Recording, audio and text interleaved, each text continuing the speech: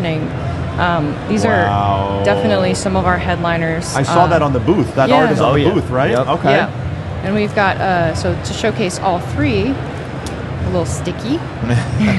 Wow. Yeah, this is one of the display boxes.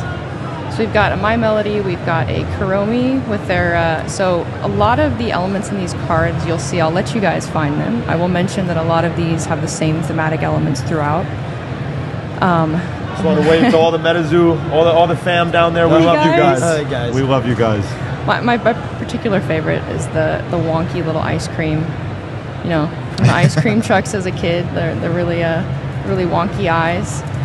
But what you're saying about the group art in terms of our, I don't want to say headliners, I want to say maybe the most recognizable in our community, the ones that people connect to the most. Like, for example, Mothman, you're talking about the Van Meter Festival. We were just at the Mothman Festival as well in Point Pleasant, West Virginia. Wow, And he is pivotal to that town. You know, you hear people talk about it, you see there's people doing art, there's authors, there's podcasts, there's all kinds of the whole ecosystem. Yeah, it's a really rich subculture. And I was going to mention when you were talking about looking them up, I was familiar baseline, you know, with cryptids when I started. I was like, oh, I'm going to do art, right? Everyone knows Bigfoot. And then as soon as I got deeper, not just into the cryptid lore that already existed, but into our lore, it just is it's so interesting. I loved going to West Virginia. We did Cryptid Con in Kentucky.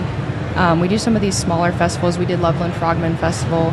But we've got Mothman on here, of course. He's our mascot. We love him. And Mothman Festival was a great time. Yes, it was amazing. We did our Dark Tower there as well. We have a tournament circuit that's going on based on specific aura types for the cards. And what's really cool about the Mothman Festival is I think there were 4 times as many people this year as there was last year. And, you know, again, Point Pleasant's a small town, and apparently millions of dollars were spent just in tourism there. So these things, and that's just for one cryptid. Of course. There are thousands of them. So, you know, when we talk about the ecosystem, when we talk about like you're looking at folklore developing in action right now. Of course. Right? And it's actually very, very young. If you look up the word cryptid, it's only been around for a few decades.